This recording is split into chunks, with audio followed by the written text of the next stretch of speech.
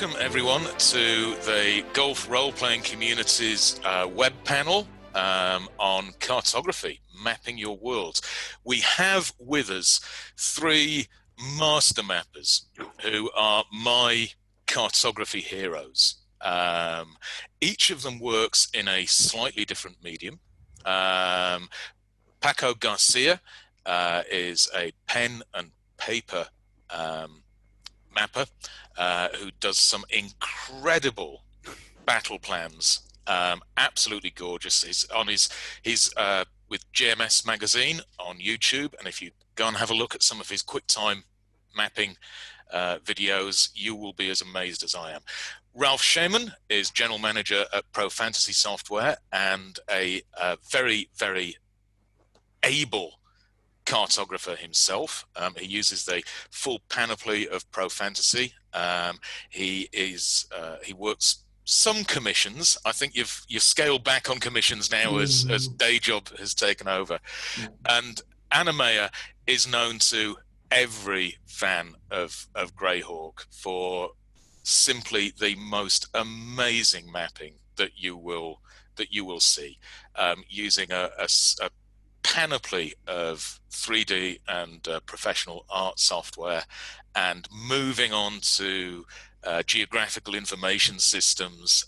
She's reshaping the boundaries. I use a map making term. She's redrawing the boundaries of what mapping can do.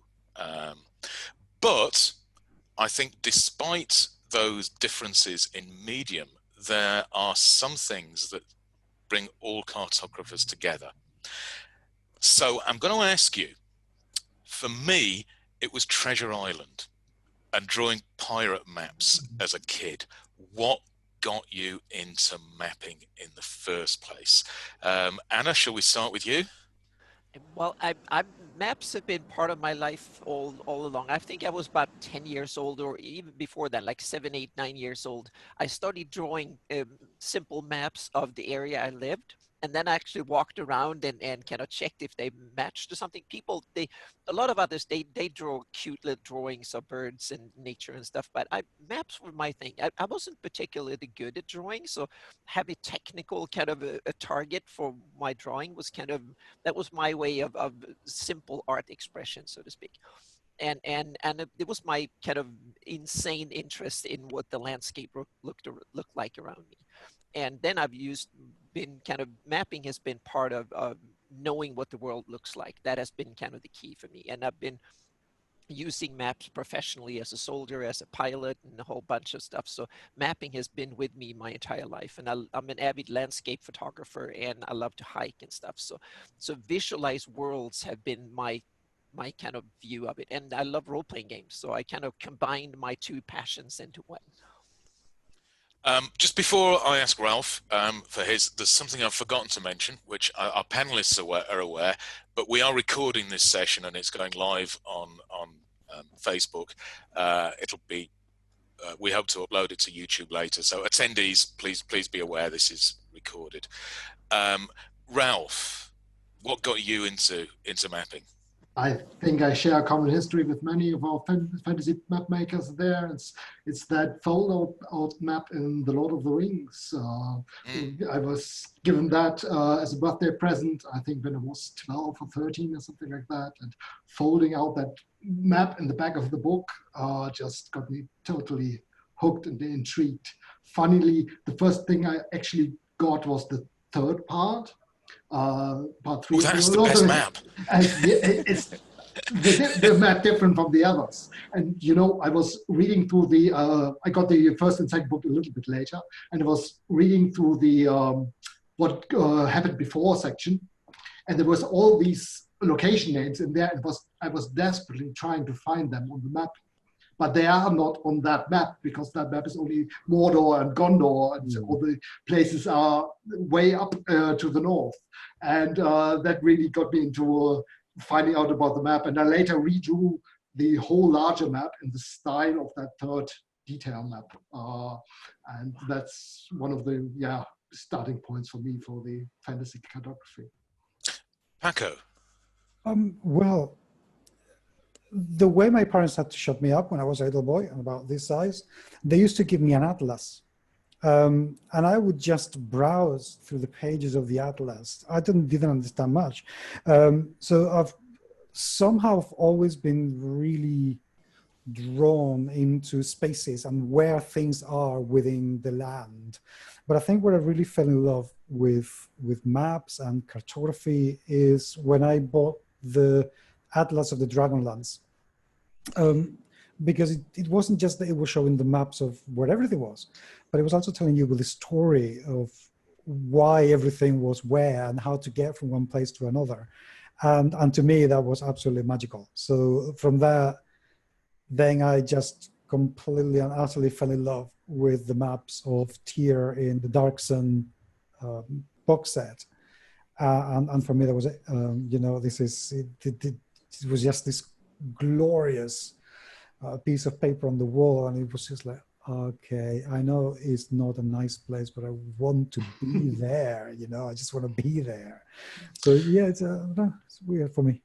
So this is another part of the commonality of it. Like a map is, it's a tool and it's a piece of art as well.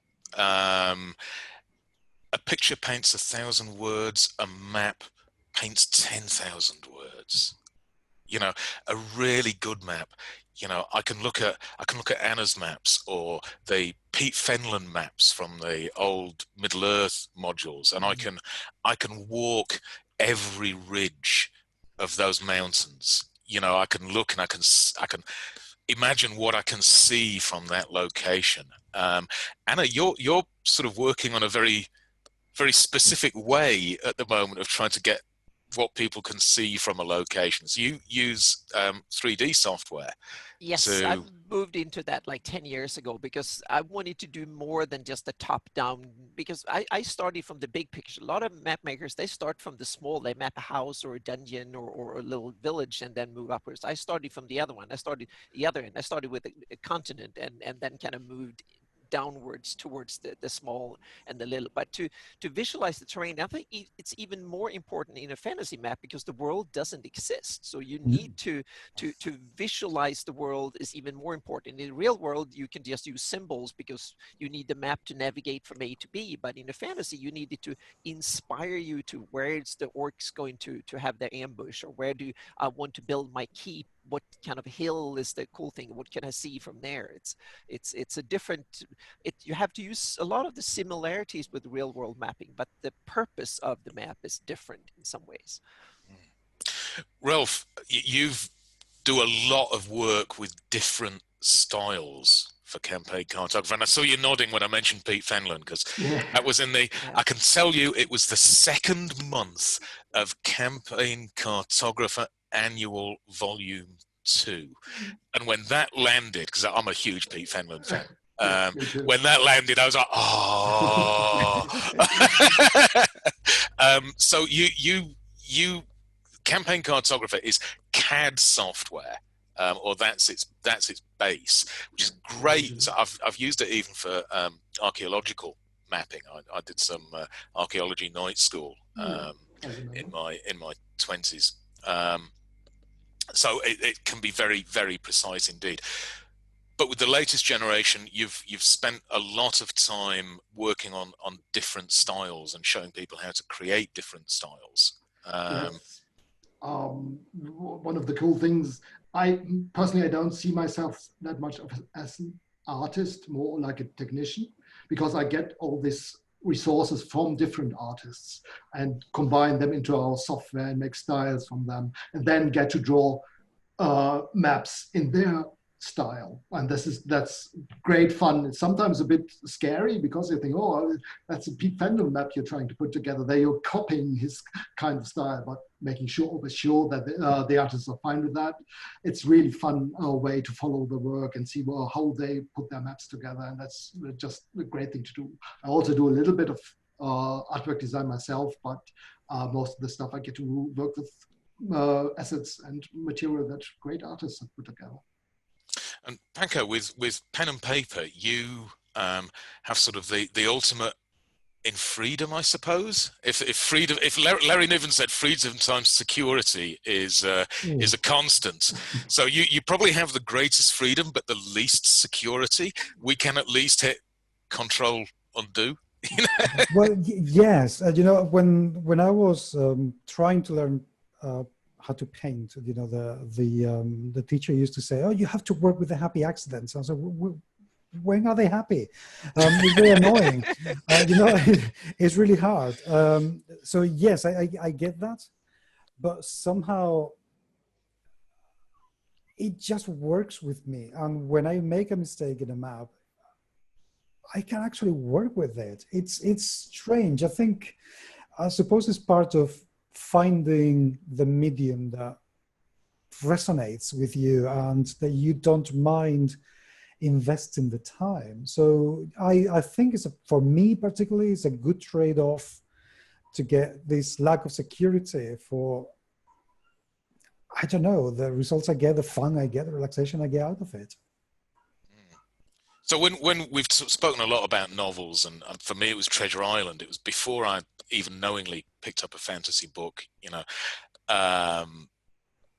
if we pick up a novel, a fantasy novel, and there is no map in it, are we all a little bit disappointed? Yep. Yeah. You know, I need to know where we're going. You know, if there's no map, there isn't going to be a journey. If there's no journey, Yep.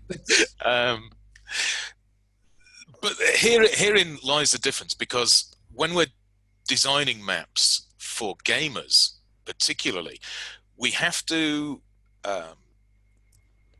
work in information and at the same time create an image. This is the sort of graphic design versus art, I suppose, element. Let me go in reverse. Sort of, Paco, how do you see these as far ends of the spectrum? Is it a compromise between them, or are you able to say, no, actually this easily does both?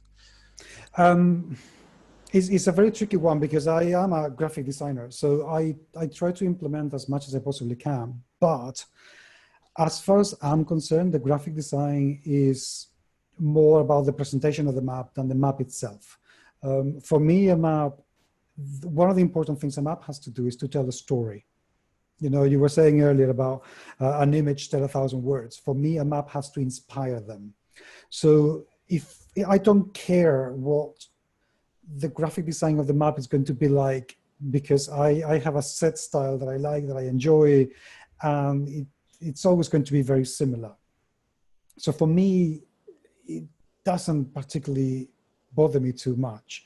For me, the graphic design aspect of the map is more about presenting what the map looks like, you know, whether I'm going to do it on a particular size or proportion, or whether I'm going to do it on a particular type of paper or frame it around or whatever.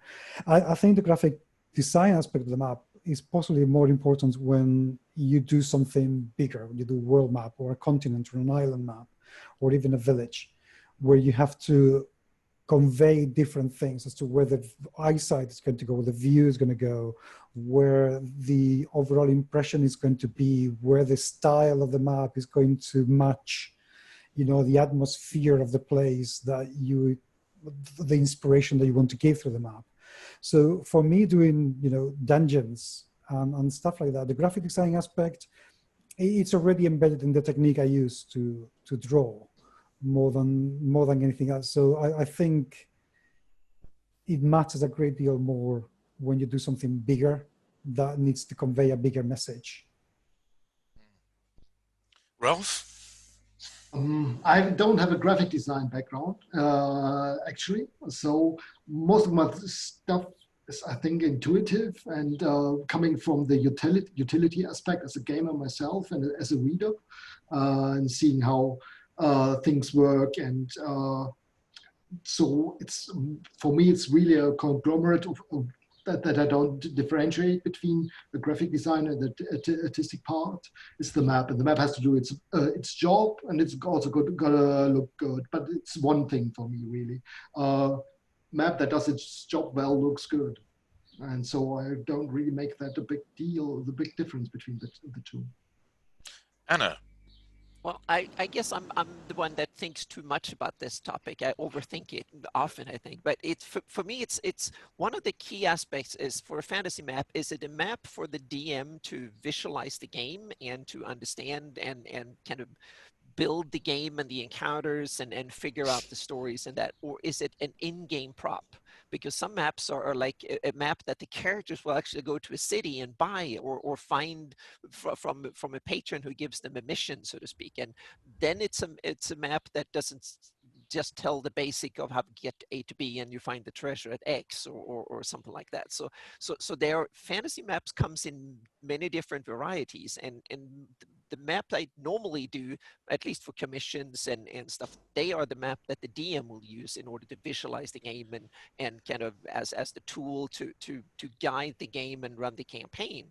But that is not the tool that the characters will get, or you hand out as a handout. Those are the sketchy, not looking good maps at all that I use for my own games and kind of, and sometimes I've made versions of these of my Greyhawk maps, especially for as handouts and stuff. So that spans a huge continuum, so to speak. And I'm not a graphic designer. I've done it as a hobby for like 30 years and been stubborn enough to slowly learn my way into understanding more and more and more of it. My first job was actually in a print shop to print things and stuff. So I got a little bit of graphic understanding even in my teenage years. So I still have use of that every day. So I've been using kind of knowledge from all over the world, but all over the spectrum. But mapping has been, I understand how real world mapping is done in cartography and the tools and stuff around it and navigation and stuff. And that's really useful, but I need to apply it in a totally different way when it comes to fantasy mapping. Yeah, that's why I think, I think, Ralf, it's absolutely correct. I don't think it's necessary. It's for me, the graphic aspect, the graphic design aspect would be more about, well, what font am I going to use to put the labels? Am I going to have the Rosetta Stone in here, or maybe a little bit more here, so it's going to be seen more? That is the only aspect of graphic design that I think a map has to think about. But that's why I think this is more about presentation of the map itself, not the map. The map, your style is your graphic design. That's it. It's the piece of art. We've got a question in that I would like you to have maybe you don't need much of a thought about, but I would like you to have a think about, and if you can, possibly find a copy of it so we can share. But we have a question. What is each panelist's favorite map of all time, either from fantasy fiction or from a fellow cartographer? So I think by saying a fellow cartographer, we're ruling out one of your own.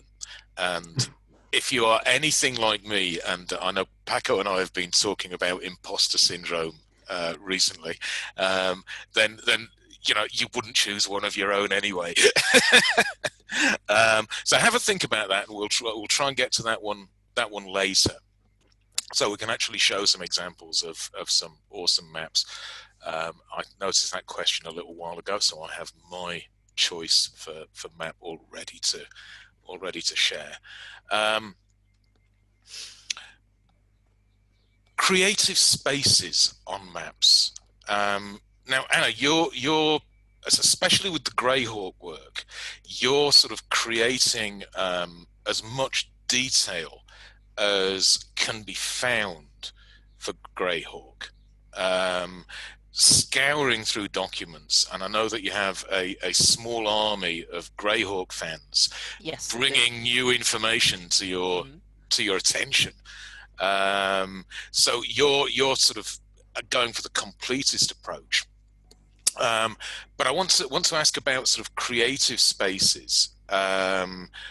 Where do you leave things to the imagination? How much information is too much in a way? So Anna, I know that you're going to have a different take on that with Greyhawk, but you've also done other commissions. Well, yeah, I've did work. Midgard. I've worked with that for like 7 years now for Kobold Press, and that has been been done 4 or 5 really big big commissions for Kobo Press, and I've just finished one, so like a week ago. But it's kind of interesting. The difficulty when you do, especially when you do commission work, is you either get nothing useful or you get 10 kitchen sinks. And that's the kind of the weird thing, meaning if you first ask and say that, oh, I want some info, and maybe you get like a few little lines saying that the statistics or just the basics, and I said, well, there's nothing, meaning who lives there, do they do agriculture, is it the demonic infestation, is it swampy, and they say, well, we don't know really, and they say, oh, well, but oh, here you get it, and then you get like 10 novels, so you get 1,200 or like 600 pages of Word documents that are not edited and stuff. So you either hardly get nothing, or you get so much that it will take you 3 months to read it.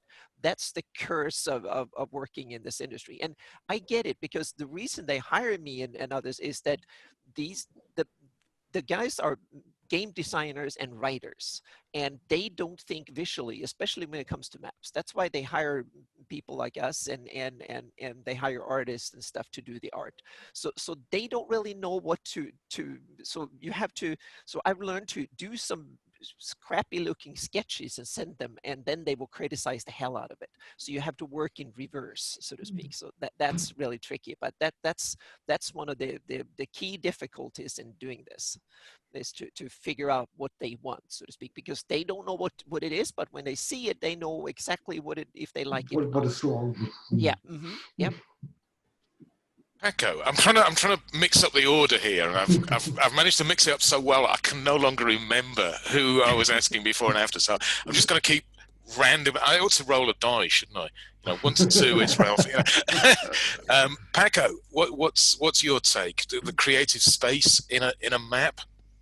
I think there must be space for a creative space, so to speak. I think there must be, because I don't know anybody else, but for me, I do need to start with some sort of story, some sort of reason for the map to exist. You know, it's one of my problems whenever I try something and I'm just going to do a map. It doesn't work. It just doesn't work at all. I need to know what is going to be the point of this place.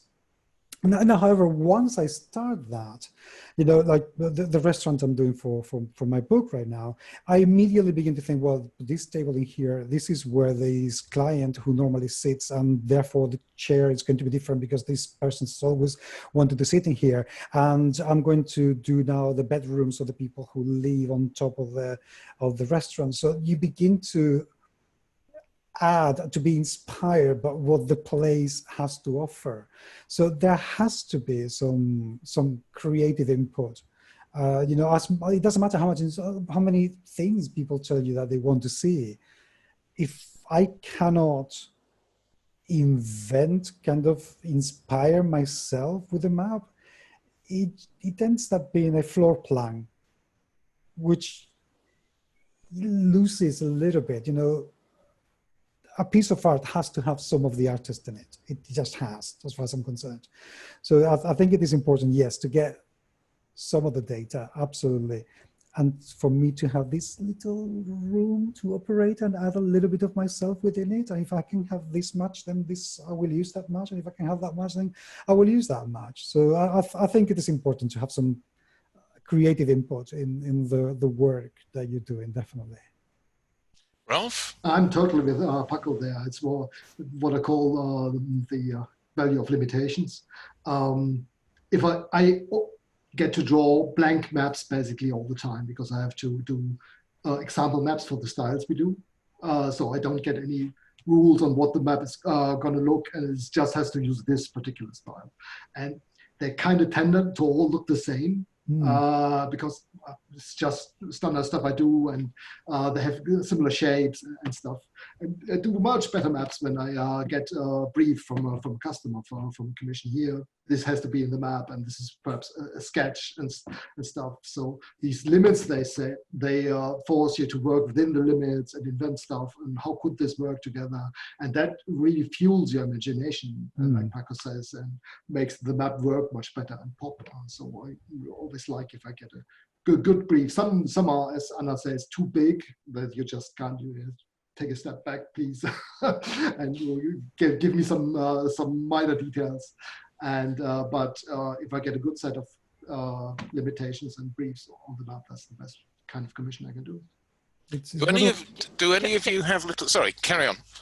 Oh, I would say I would add something that I realized that for me it's very much like, yeah, at first I agree with both Paco and Ralf that if you don't have anything to go by, then I can't do a map either. I need some stuff, stories or adventure or something to use as the kind of my seed to work from. Otherwise, yeah, it will be a blank. But the other interesting thing is that when I get like the world setting book or like a lot, most of my work is actually to fill in the gaps, because you have these iconic places. You have the desert here, the jungle there, the volcano here, the reef over there, and the big city, and the story makers and the ones that write the story and the settings and stuff, they put these iconic locations and they fill up maybe 10, 25, 30%, maybe half at best of the actual terrain. So my biggest job is to concentrate on the areas that are not described in the books, to fill in the blanks, to make what is the logic to make this continent work, so to speak. When you have the volcano here and the desert there and the jungle here, how do the terrain look in between? So I spend probably 80% on the stuff that is not mentioned in the stories at all, because they are the tricky bit that requires the kind of creative thinking and fill in the blanks, and that's the which is kind of an irony, because when you read the book or watch the movie or whatever it is in the story, it's about the iconic locations, but for me it's filling in the blanks in between them that is the major part of the work.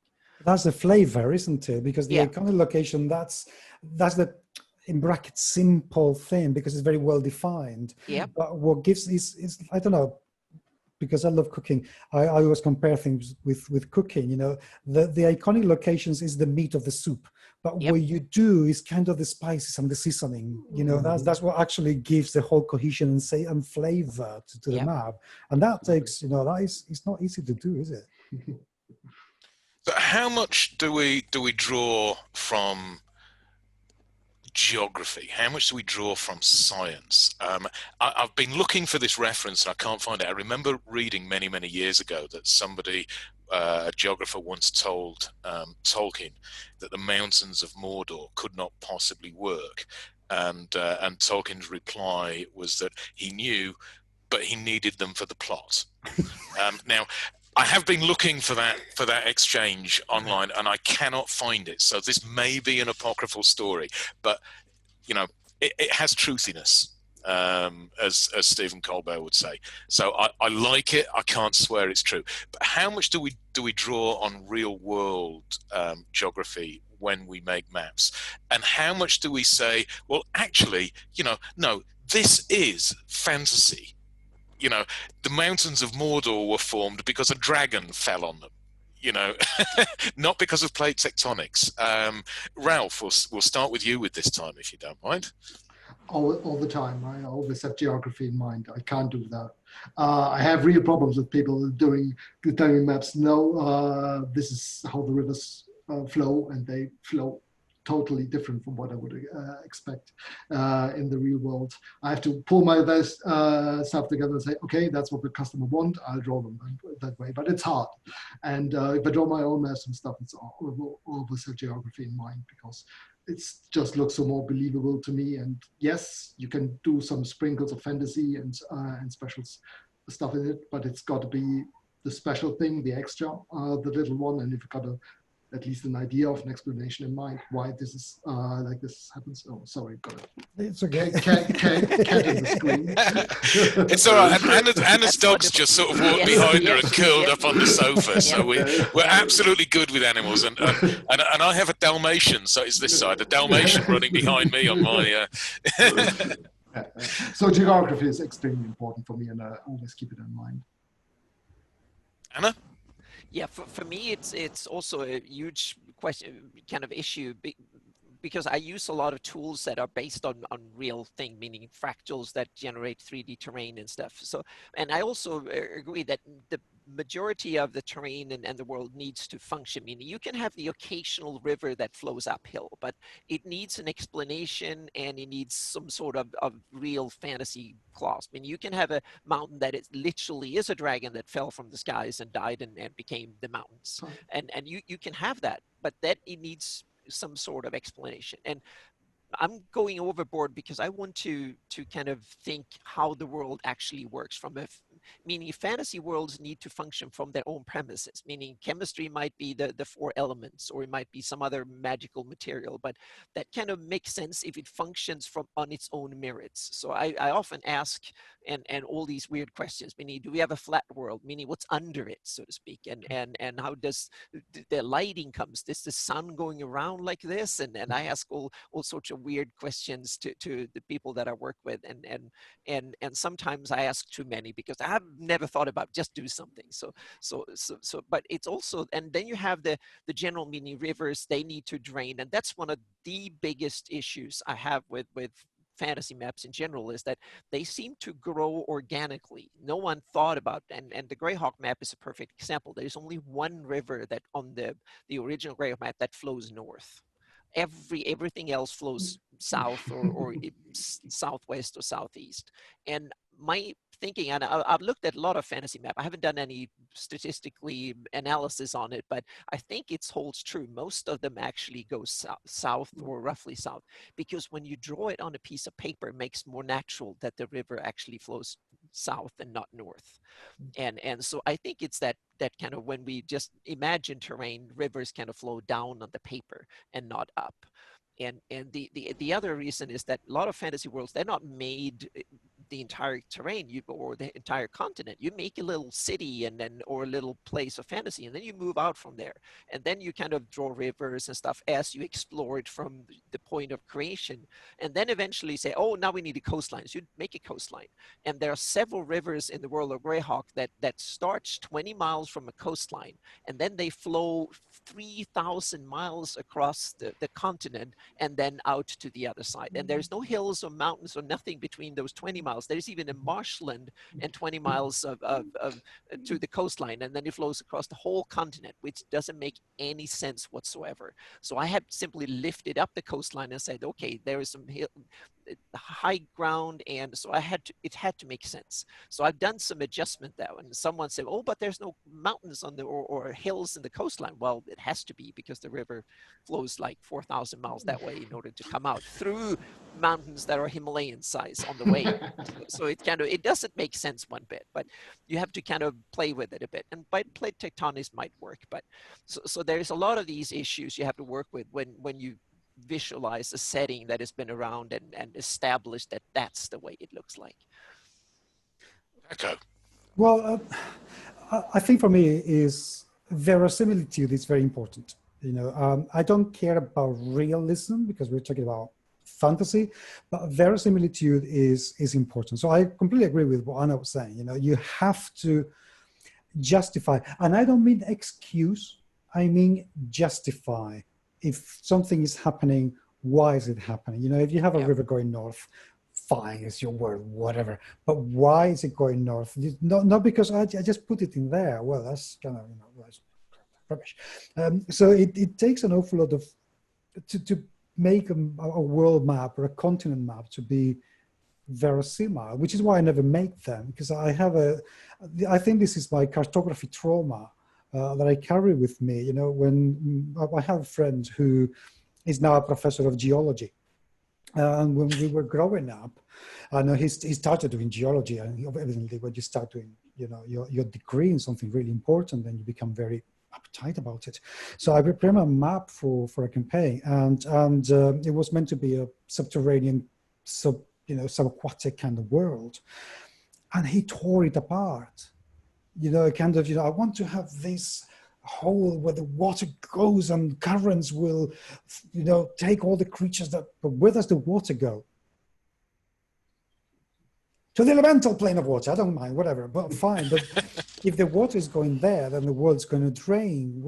well, but we have another hole in the other side of the planet that the water's coming out. But and he just tore it apart completely. And I thought, I don't want to design a world again. You have so much to think about, not to make it realistic or to make it verosimile. And I just thought, I'll stick to caves and villages. That's going to be my realm. There is an awful to think about because you have to, as Anna was saying, you have to. Is this the point to mention that I spent 2 years surveying deserted medieval villages?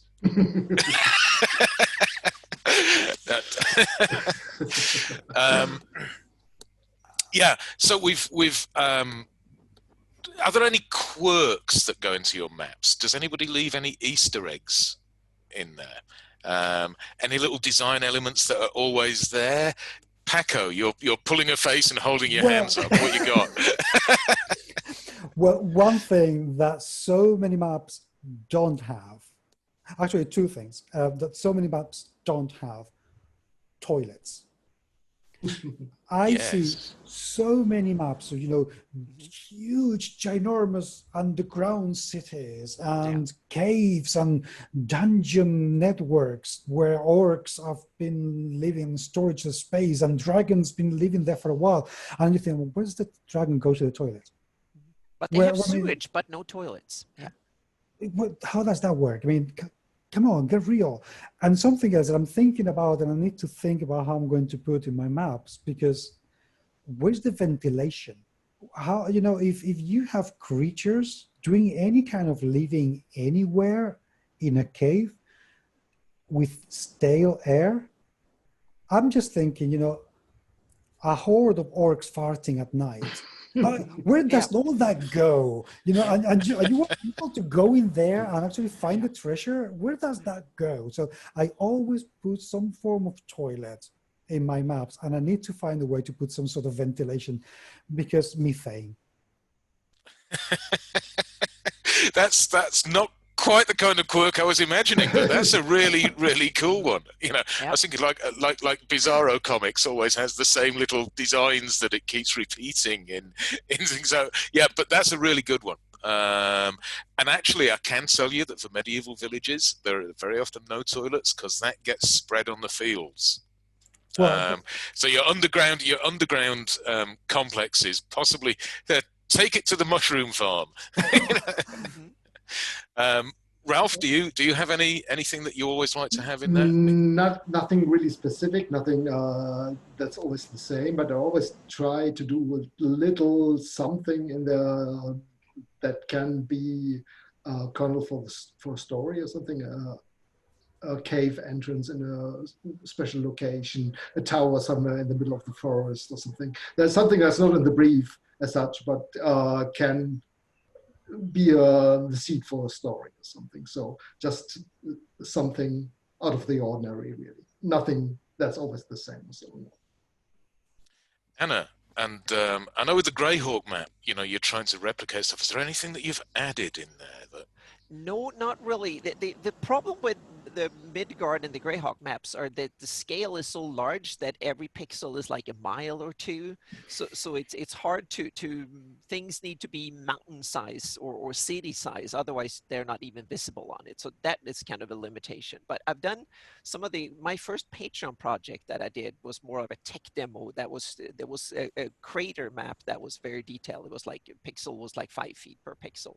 And there I put in a lot of cool little Easter eggs that were like some bones that was out in the desert, and there were some other little cool things like a little cave here and some leftovers. There's some footprints and stuff like that. And all of a sudden, I want to do that scale. I want to go down to like a couple of feet or 1 feet per pixel or something like that. So I'm eager to move in, because then I can put in more things. But sometimes the fractals that I work with, they kind of create kind of random things that look cool. So there's a couple of things that looks like skulls on the Greyhawk map that was actually not me on purpose. It was actually the fractal. So now I know why there are skulls and faces on Mars, for instance, is that nature just creates that from a fluke accident. If you work enough with random kind of forms and shapes that are done by nature, or fractals that basically mathematically work the same way, because that's what fractals in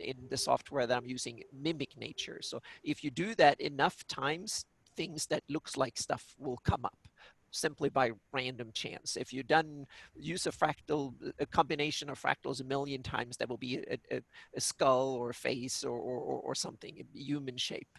And and I've seen that several times, and it's kind of eerie when it pops up. And a few of them I've kept, and I will make some of them into features in my own games and stuff. So I want to do a kind of a little series of blog posts and present them, so to speak. And the funny thing was that in the Midgard, the Southlands map, there were a couple of these fluke features that we kept, and one of them became a sidebar in the book. That was actually one just jutting. It was a 2-mile pillar that was sticking up and looking like weird claws sticking out of the ground. And we kept it, and I did some 3D imaging of it, and it became a sidebar. And that was just a fluke that I normally would put in an effort to actually have a filter, so you don't get these kind of things that stick out that don't look natural. But in this case, I thought it would look so cool, so I just asked Wolfgang, and we kind of decided that with Brian and Ben and Wolfgang that wrote the book, that saying that, oh, that's so cool, we kept it, and it became a sidebar. So yeah. Happy accident. Yes, Yep. exactly what I was thinking, and I Yep. love those sort of happy accidents. They Yep. Let's explain this. We've got a couple of questions from people, one of which is the one that I asked you to prepare for earlier. Before we move to those, people drawing maps for their own game uses, amateur map makers, people who want to become a professional. What would your advice, what's your best map making advice, top piece? Anna, shall we start with you again? For me, I think it is that first you need to have a passion and create something that you like. Try to find a style. Look at all the cool maps made by others, and then try to find a style and a purpose of the map.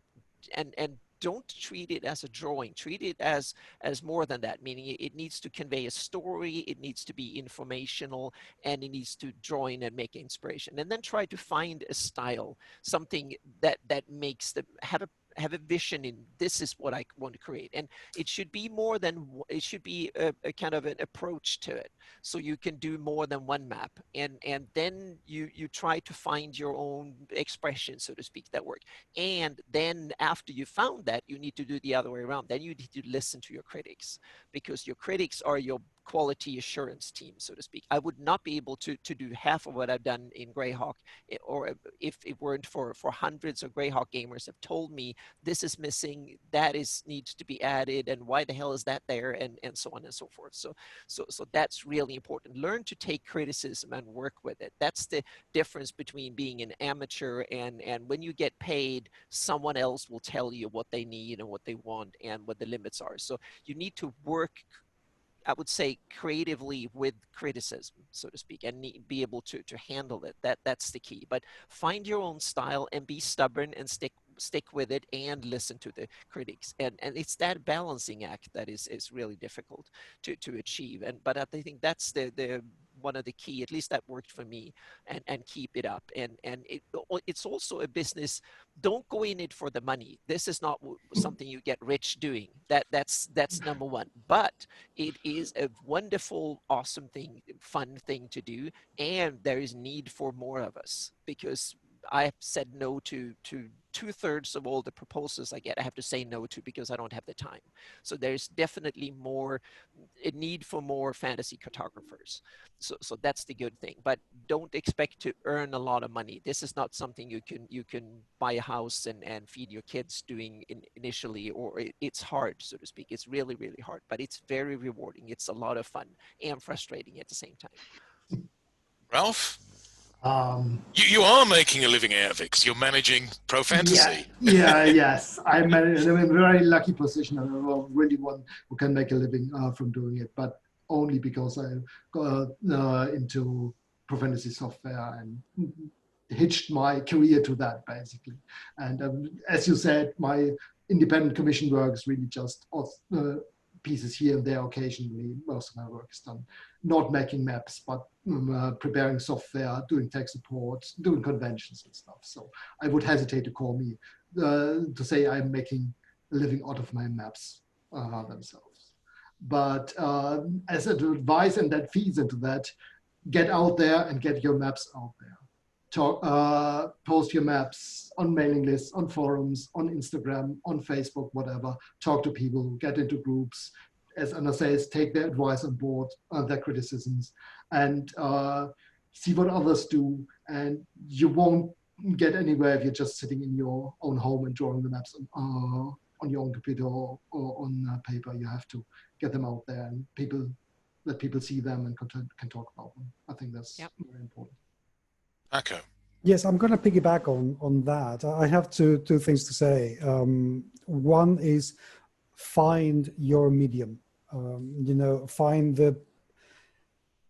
When you start drawing a map, if you are using some software or paper or any technique and you've lost track of time, stick with it. That's the right medium for you. This is what you're not going to mind doing, which is why I do my maps on paper. And what Ralf said, yes, this is the hardest lesson for me to learn, and I struggle with it every single day. Do not let your imposter syndrome get the better of you. Get your maps out. Allow people to see it. When somebody compliments them, accept it graciously. When somebody criticizes them, listen carefully. And when you do the next map, do something a little bit better than the previous map. Always try to improve a little tiny bit, even if it is just one rock that you've shaded a little bit better than you did last time, one table that you've put in a place that makes more sense than last time, even if it is just one little detail. But push yourself to do better with every single map. So when you look back in months' time, you can say that, okay, yes, this is working. I have to admit that I tend to look back at my maps and go, oh, that's lousy. Yeah. But what's really bad is when you look at a map you did 20 years ago and you think, I was awesome back then. Yes, yeah. And you learn to hate your work after a while, because I've stared at my Greyhawk map for 20 years and I kind of spruced it up in time, but now this is the end of I have to bury it and move on and do something better than that. And that's the other irony. Once you've done it and then what you do, you start doing the same thing over again, and because now you know way more than you did 20 years ago. So I love seeing the development of your Greyhawk map, particularly because I've followed that for quite a long time, and it feels sometimes like you will never stop mapping Greyhawk. The hardware, the software will get better, and you'll say, right, okay, I can do this better than I did before. Yeah. And that goes back to the previous question, because I used Greyhawk as my coming out project. It was my project where I could simply, out of my hobby, I did it and let it out there, and I improved on it. And it's still my research and development project. That's why I do my R&D, that I figure out how to do things, because I don't want to figure out how to do things when I work on a client project, because then you're on the budget and on a time scale. And so I invent and improve and come up with I test new waters. I do that on my work, on my Greyhawk work that I do for my patrons and all the fans, and I release it afterwards, because if it takes 2 months extra, okay. And if I screw up a bit, then no one is hurting no one, so to speak. But if I have a promise to a publisher that I'm going to deliver a map in 4 months, then it's supposed to go in print, I better have to do it. So then I can't take any chances with new technique, learning new tools and figure out, oh, would this work if I do it this way instead? That's something I can do in my other work that I work straight for my fans, because they are getting it afterwards, so for free anyway. So yeah. Do we have favorite maps that we can share? Can you bring it onto your screen and share it, or do you just want to describe it? Oh, you mean the ones that from that question earlier? Yeah. Oh, okay. Yeah, I have favorite one map that of all time. Yeah. Oh, now I'm babbling too much here, but yeah. Go ahead. I'm the moderator. It's a problem if I babble too much. You're a panelist. Keep babbling. Yeah. So for me, it's easy. It's the Greyhawk map by Darlene. It must be, because that's the map that got me into making this into a career. Let me see if I can find that. I know I have the Darlene map you can on my. Google Greyhawk maps and Darlene or TSR or something. And I've got up my Greyhawk folder. Yeah, it's the classical map of. I can find it and share it here. Otherwise, yeah. Oh no, that's the one from Dungeon Magazine. That was. Yeah, that's a different one. That's I not think, they. Yeah. Yeah. Greyhawk map, Darlene. I have it here. Let me share this one, and everybody can take a look at this. This is really one of the classic game maps. It was the first host. map. Yeah. Host has disabled participant screen sharing. Andrew Marrington, can you enable sharing?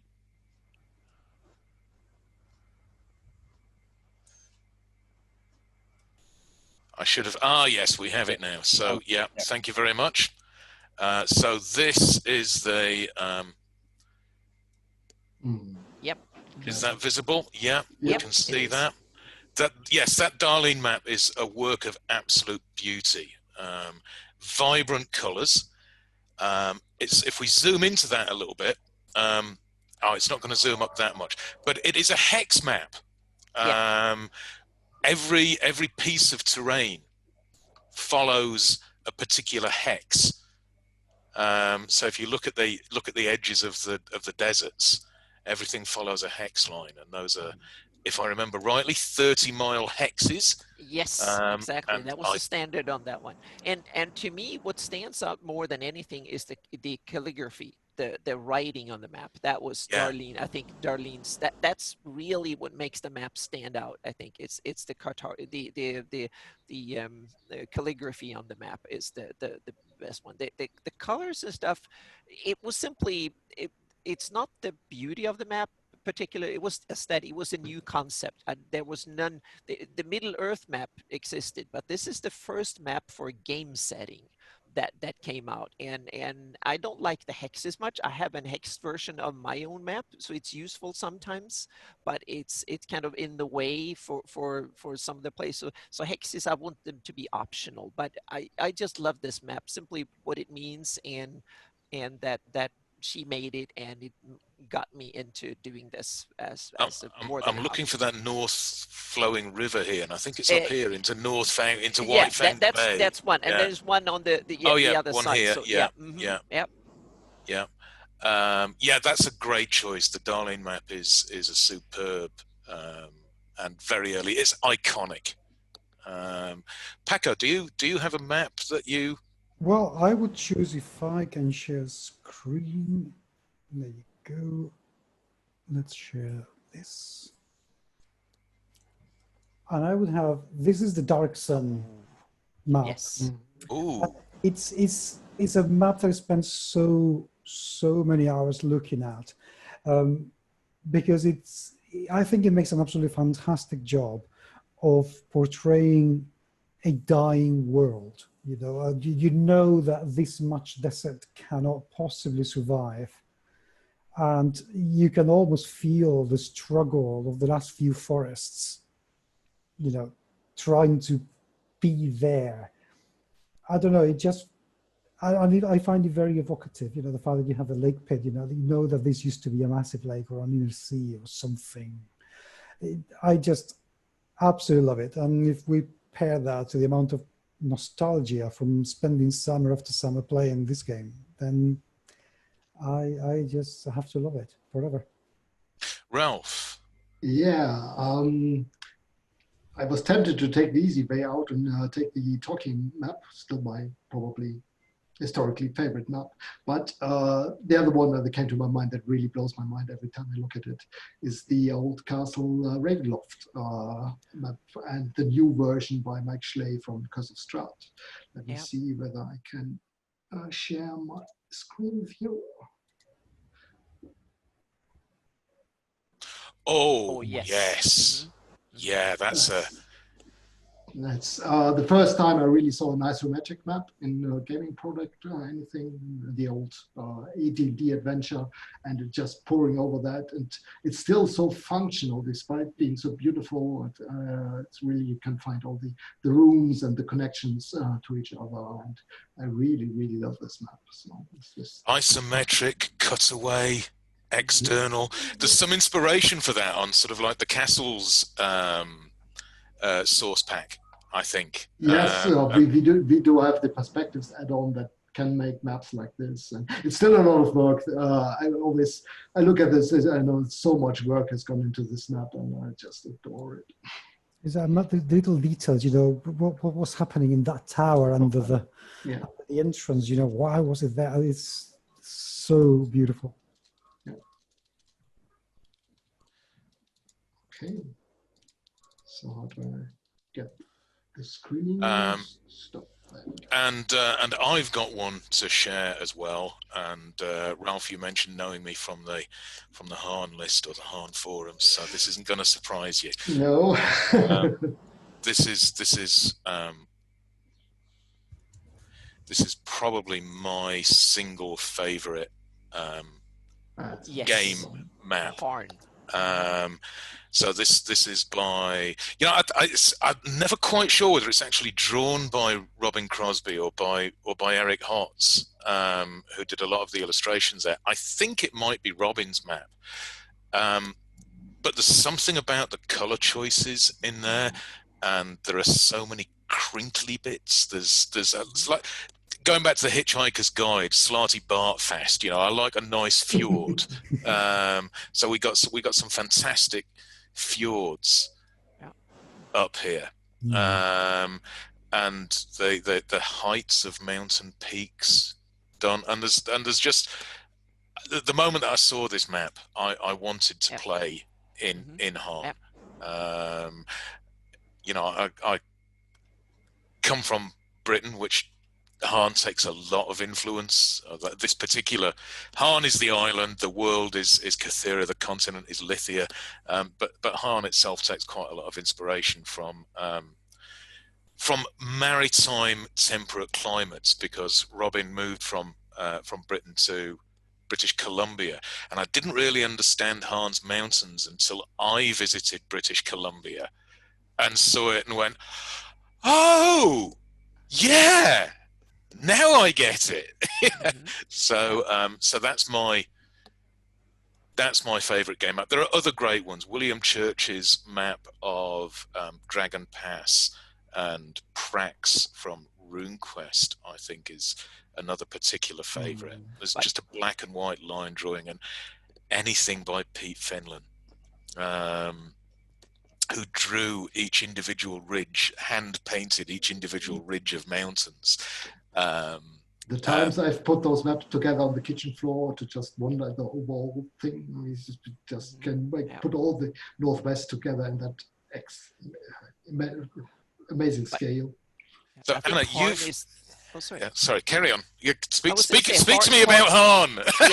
Harn is. I must say that Harn is probably the best map campaign setting world was for many. I'm trying to make Greyhawk and Midgard rival Harn, but it's really, really hard. You have to work for decades in order to trump them, because that Harn is the way they use maps is brilliant. That Harn map was, in technical sense, the Darlene map was the thing that got me inspired into it, but the Harn map was the thing that taught me, okay, this is the way to do it. It inspired me much more into how to go about it, so to speak, because my Greyhawk map has way more technical inspiration from meaning Darlene made me map Greyhawk, but Harn made me interested in how to map it, so to speak. So I actually congratulate when I saw them at Gen Con the first time, like 6-7 years ago, and I went and said that I have to thank you so much, because the Harn, the way they approached maps overall in the way they packaged maps in there and the role they played has been kind of a guideline for me for years and years. And I think that might be why I love your Greyhawk maps so much, because it is taking to another level. And what amazes me is that Harn map that I displayed was, I think, from 1983. Yep. So it was only 3 or 4 years Meaning after it's the Darlene map. Yep. And it was transformative at the time. Yep.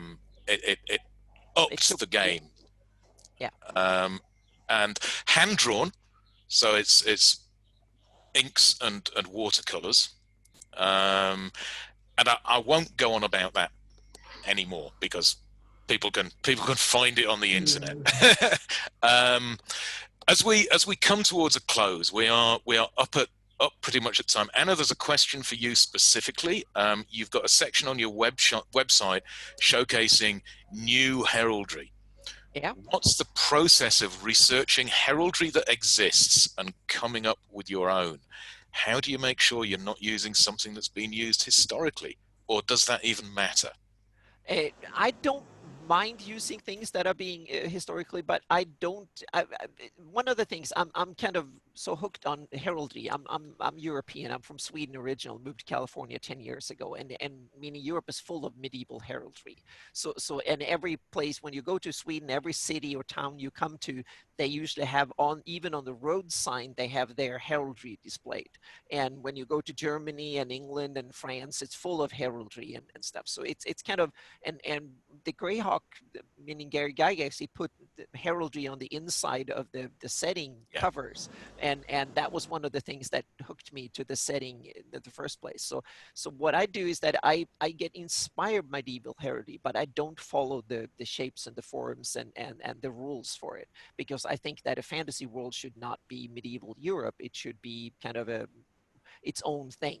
But so what I do is that I take inspiration. I use the dragons and the swords and a lot of that, but it's then writing stories. And what I had the fortune of having 50, 60 heraldry images that was already made for the setting. What I did was simply, I took some of the colors, meaning Great Kingdom, and Alyssa was used yellow, and some of the Great Kingdom used blue, and then there was some noble houses that used red or black or whatever. So I used the same colors that is described in the text and is already in the examples, and then I tweak them and put in things from the stories and stuff. So it's, I kind of just added my little touch to what's already there. So I added another 10% on top, so to speak, that tried to make it fit in with what the 80-90% that was already there.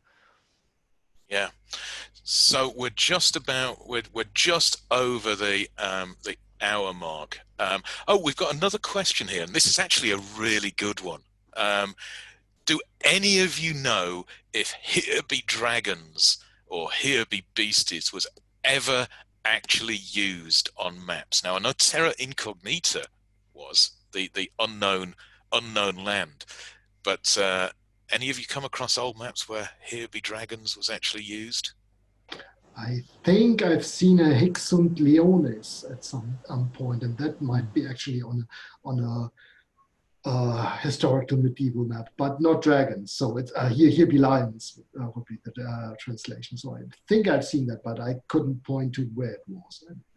So, and I've read also that the classical here be dragons has never actually been on the map. I cannot tell. No, I don't know. I don't know either. It's the kind of thing I would actually have to look up. So I'll do that, and I'll post that to the GRC Facebook page if I find any evidence of it. Yeah. I just must agree with Ralph that there is a lot of Latin text and others, but I don't never seen those words. No. So before we wrap up, is there anything that any of you want to add? Anything that you would like to say? Any promotions that you would like to make? Anna, you know, people can find you just by searching your name and Greyhawk. Well, yeah, they can annabmeyer.com or patreon.com/AnnaBmeyer, where you can find my content, and if you Google me in Greyhawk or Midgard or something, it probably pops up a lot of images. So, yeah. And thank you so much for having me here. Thank you so much for joining us. As I say, I have 3 of my mapping heroes to chat to together. It's been absolutely brilliant. Paco, you have GMS Magazine YouTube channel and a Patreon to tell us about? Yes, well, people can find me. Well, I'm pretty much anywhere. Facebook all the time, and Twitter all the time. GMSmagazine.com, you can find me. Patreon.com/GMS Magazine. You look for GMS Magazine in YouTube as well. And from the 1st of July, if you look in Game on Tabletop, the crowdfunding website, you will see as well my recent project, where hopefully some maps will make their way into. Ralf, you've got a couple of things to push here, both company and private. Yeah, just search for ProFantasy Campaign Cartographer and you'll find me and my stuff all over. I do have my own commission website, mapsandmore.com, where you find a few things, but that's not my main focus. Fun thing, I've been actually recently started doing live mapping sessions on the Facebook page, where each Thursday evening I do a 1-hour map with Campaign Cartographer, one of the add-ons, and we put those on YouTube too, so you can check those out. They're kind of a bit of hit and miss, and just do stuff, and it's no script or anything, but it's been fun doing it, and people seem to like it, so that's might be something people want to check out. Fantastic. It just remains for me to thank our panel here. As I've said before, these for me are 3 of the finest mappers you will find in gaming. So thank you very much for giving us your time and for sharing your passion and your techniques.